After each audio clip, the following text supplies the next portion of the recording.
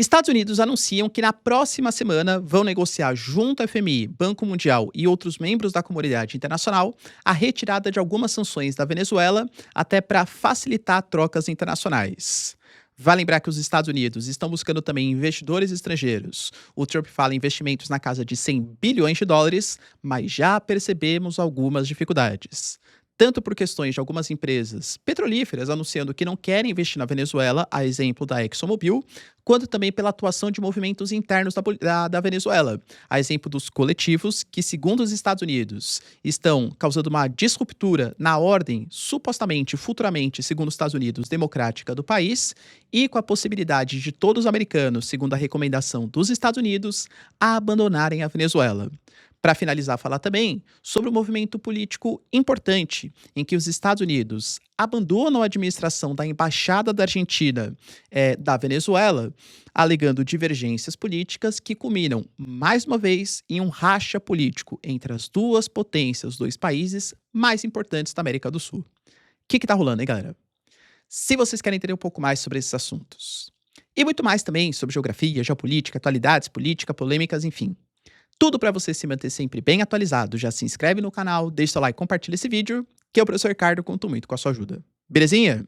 Pessoal, presta atenção que a Nomad, parceiraça do canal, está oferecendo para você a possibilidade de comprar seus dólares com 15 centavos de desconto por dólar convertido nesse momento de grande instabilidade econômica. A Nomad já é super prática, tem as melhores taxas, está na palma da sua mão e ainda tem uma série de benefícios, parceria com outras marcas. Não precisa acreditar em mim, baixa, eu vou deixar aqui para vocês o QR Code. É totalmente gratuito e você ainda pode ter acesso ao cartão Nomad Explore, que é o cartão de crédito que eu acho sensacional, dá cashback em dólar, pontos que não expiram para você trocar por produtos e serviços e acesso à sala VIP da Nomad nas suas viagens internacionais.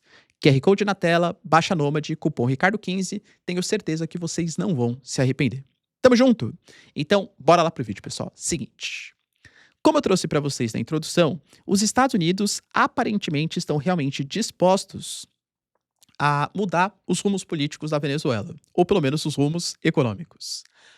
O Scott Bessent, que é o secretário do Tesouro dos Estados Unidos, anunciou que nessa próxima semana ele vai se reunir com autoridades do FMI e do Banco Mundial para retomar as relações com a Venezuela, facilitar a venda de petróleo. Afinal, ele alegou que as sanções são um grande obstáculo à reestruturação da dívida de 150 bilhões de dólares. Muito possivelmente, o que os Estados Unidos querem é ter garantias de que a Venezuela vai conseguir honrar os seus pagamentos, vai ter uma economia mais pró-mercado, para tornar a Venezuela atrativa para investimentos estrangeiros novamente. A grande questão é como que isso vai ser feito. Se a gente fala de pagar empréstimo com uma espécie de, ou a dívida, né? Com uma espécie de rolagem da dívida, ou seja, contraindo novos empréstimos com o FMI e com o Banco Mundial, eu diria que isso pode gerar, principalmente para, lembrando que a Venezuela teve a queda do Maduro e a queda da sua esposa, que nem política diretamente era, mas toda a estrutura bolivariana do governo continua. A Delcy Rodrigues, Diosdado Cabello, Padrino Lopes, a Suprema Corte, que grande parte ou todos foram indicados pelo regime bolivariano. Você contrair dívidas com o FMI e com o Banco Mundial, olha, galera, seria uma coisa inovadora, né? Porque essas duas instituições, elas são muito conhecidas por emprestarem o dinheiro, mas exigirem, claro, contramedidas. Contramedidas que significam o país que está contraindo esses empréstimos abrir mão da sua soberania enquanto políticas econômicas. Então, são algumas propostas. Olha, tem que aumentar os juros para atrair dólares, tem que cortar gastos como forma de responsabilidade fiscal, tem que aumentar os impostos para arrecadar, uma espécie de medida de austeridade. Você tem que privatizar empresas, você tem que abrir o mercado. Cara, políticas assim totalmente contrárias ao que era o movimento bolivariano, um movimento muito mais centralizador, de uma economia planificada, de empresas estatais. Se o Scott Bessent conseguir convencer o Banco Mundial, o FMI, a emprestarem dinheiro para a Venezuela, olha, alguém mudou de opinião. Ou FMI e Banco Mundial, que eu acho muito difícil, ou os americanos obrigando a Venezuela a adotar algumas políticas econômicas, visando, claro, os interesses americanos. Lembrando que os Estados Unidos estão dispostos a fazer essa transição econômica, anunciaram, por exemplo, a venda de 50 milhões de barris de petróleo, que corresponde à produção de cerca de 2 meses, deram uma certa provocada nos chineses, porque vários desses barris de petróleo, eles estavam confiscados, eles estavam alojados, armazenados, porque os Estados Unidos estavam bloqueando a frota fantasma venezuelana. E aí o Trump até falou, né, ô China, se vocês estão preocupados, fiquem tranquilos, vocês podem comprar todo o petróleo que vocês quiserem dos Estados Unidos, seja nos Estados Unidos, seja na Venezuela. Esse dinheiro que vai entrar do petróleo, entre aspas, vendido, ficará numa conta dos Estados Unidos e será administrado pelos Estados Unidos, segundo os americanos, para benefício do povo venezuelano. Eles que vão administrar as políticas públicas. E o próprio Trump garantiu que não sabe exatamente quanto que vai durar essa administração dos recursos americanos. Lembrando que o Trump também garantiu que tudo que a Venezuela for utilizar para reconstruir o seu país vai ser importado de empresas americanas. Ou seja, é os Estados Unidos comprando o petróleo da Venezuela, o recurso sendo administrado por contas americanas e todo esse recurso que vai entrar, que vai, segundo os americanos, reconstruir a Venezuela, vai ser comprado de empresas dos Estados Unidos. Concorda que é um dinheiro que está indo e que está voltando e que os americanos estão ficando com o petróleo? Além do que, é um baita incentivo para as indústrias americanas. Claro, né? O dinheiro que vai em volta é como se os americanos estivessem financiando a sua própria indústria local. Só que existem alguns problemas nisso. Primeiro problema está relacionado, eu já tinha trazido para vocês que seria uma dificuldade investir em petróleo em um momento em que a Venezuela vai produzir mais e pode ter uma queda ainda maior do preço, não é uma coisa super tranquila. O Trump fez uma reunião com as 14 maiores petrolíferas da América dos Estados Unidos e nós tivemos resposta como da ExxonMobil, alegando que não tem condições de investir na Venezuela, fazendo plano, porque a ExxonMobil só faz planos de longo prazo e não práticas de curto prazo. Eles alegaram, por exemplo, que eles já tiveram ativos confiscados 2 vezes. Vocês podem imaginar que entrar uma terceira vez exigiria mudanças e garantias bastante significativas. Mesmo assim, o Trump falou que ele quer garantir 100 bilhões de investimento e já vem mexendo ali os seus pauzinhos para que isso seja feito. Ele fez um decreto, por exemplo, colocando que há um impedimento de que tribunais e credores confisquem o dinheiro da venda de petróleo da Venezuela, até porque, convenhamos, vai ficar na mão dos Estados Unidos. Além disso, houve uma declaração do Departamento de Estado dos Estados Unidos falando que não é seguro estar na Venezuela. Como eu falei para vocês, é muito estranho o que está acontecendo na Venezuela, porque estamos falando de Diosdado Cabello, Padrino Lopes, Delcy Rodrigues, que são figuras históricas do movimento bolivariano. Vão contrair empréstimo com o FMI e com o Banco Mundial? Estão coordenando com os Estados Unidos? Vão vender petróleo, abandonar as relações com Rússia e com China? Cara, acho eu que a tendência é que alguns movimentos de resistência dentro do bolivarianismo possam aparecer. O Diosdado Cabello é a figura mais forte disso.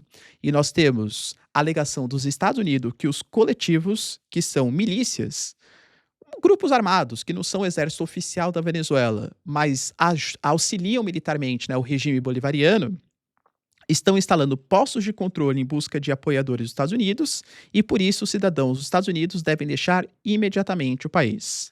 A Venezuela negou esse fato, alegou que é propaganda, tudo tal, mas é fato, cara. A gente vê aí notícias, vê imagens, por exemplo, vídeos circulando na internet. Claro que tem muita inteligência artificial, fake news sendo propagada, mas penso que alguns, pelo menos pelas informações que a gente recebe, são verdadeiros. Que sim, os coletivos, eles estão parando carros, estão vistoriando, vendo pessoas como moraram, eventualmente prendendo ou praticando violência contra essas pessoas que apoiaram essa intervenção dos Estados Unidos. Ou seja, eu diria que tanto uma rachadura interna como a falta de estabilidade e a insegurança jurídica pode fazer com que a Venezuela não tenha, assim, o objetivo traçado pelo Trump, não pelo menos em um futuro próximo. Além disso, o Brasil também anunciou que está retirando a sua administração da embaixada argentina na Venezuela. Nós sabemos que quando o Nicolás Maduro ele tomou o poder, né, ou ele foi eleito, entre aspas, né, nas últimas eleições, fala entre aspas por quê? Porque grande parte dos países não reconheceu aquele processo eleitoral e temos países que reconheceram o Edmundo González enquanto presidente do país, a Argentina, o Equador, né, não lembro se já era o Guillermo Lasso, se era o Daniel Noboa, enfim, a direita, né, geralmente Estados Unidos, União Europeia não reconheceu, reconheceu o Edmundo Gonzalez, e tivemos alguns países, como Colômbia, Brasil e México, que são países de esquerda, que também não reconheceram, porque pediram a apresentação das atas eleitorais e o Nicolás Maduro só apresentou para a Suprema Corte. O Brasil falou que não se envolveria em questões políticas internas, mas também não ia reconhecer o governo da Venezuela. Fato é que alguns críticos, alguns países, né, que foram mais críticos, a exemplo da Argentina, tiveram um rompimento das relações diplomáticas com Nicolás Maduro. O Brasil, então, ele meio que prestou um favor, entre aspas, à Argentina e ao Peru e alegou que administraria as instituições, o prédio físico, né, das duas embaixadas, pelo menos enquanto Nicolás Maduro fosse presidente do país. À época, o Milei, que já tecia críticas, claro, ao Brasil, falou que, pô, ficou super interessante, que ele via isso como uma amostra, né, que apesar das divergências políticas, Brasil e Argentina poderiam manter ótimas relações. E olha que na embaixada da Argentina houve uma série de especulações, tá? De corte de energia, de corte de água, porque existiam fugitivos, né? Pessoas que eram aliados a Maria Corina Machado, que estavam refugiados na embaixada da Argentina. O Brasil realmente comprou um pepino, porque se alguma coisa acontecesse contra aquelas pessoas, o Brasil estaria se envolvendo uma coisa que a gente não tinha a mínima relação, né? Sei lá, se o exército venezuelano invade a embaixada da Argentina, e aí o Brasil vai fazer o quê? Comprar briga com Maduro, enfim, sabe? Então foi uma responsabilidade alta aí que o Brasil tomou para si. O Brasil anunciou que está saindo, alegando, o Brasil não se pronunciou oficialmente, tá? Mas segundo fontes, que já deu tudo o que tinha que dar. Em que sentido, professor? O Javier Milei está fazendo políticas que discordam muito da posição do Brasil, enquanto dois governos, Lula e Javier Milei. Já trouxe para vocês que o Lula já não é mais tão aquele apoiador como já foi no passado, e acho que o momento de grande ruptura foram dois. Tanto quanto ele, creio eu, tá, de maneira errônea, quando foi ter, logo que ele foi eleito, uma reunião do Unasul, ele trouxe vários líderes latino-americanos. Só que um dia antes ele trouxe o Nicolás Maduro e falou: pô, Maduro, você tem que mostrar a sua narrativa, tem que mostrar que a democracia é uma coisa relativa. Isso pegou muito mal com alguns líderes de esquerda. Até o Gabriel Boric, por exemplo, reclamou dessa postura do Brasil. E o rompimento, talvez, ou rompimento não, vai, mas o racha talvez maior ainda, tenha sido no processo eleitoral. Eu sempre ressalto para vocês que figuras importantes da Venezuela começaram a especular que o Lula tinha sido trocado na prisão. Não, esse Lula aqui que está criticando a Venezuela não é o mesmo Lula que a gente conheceu no passado e tal. As relações já não estavam mais tão próximas assim. Mas o Brasil fala muito sobre a questão da soberania latino-americana e defendendo, né, se mostrando contra essa intervenção. O Milei é totalmente o contrário. O Milei, por exemplo, ele postou um vídeo comemorando a captura do Maduro.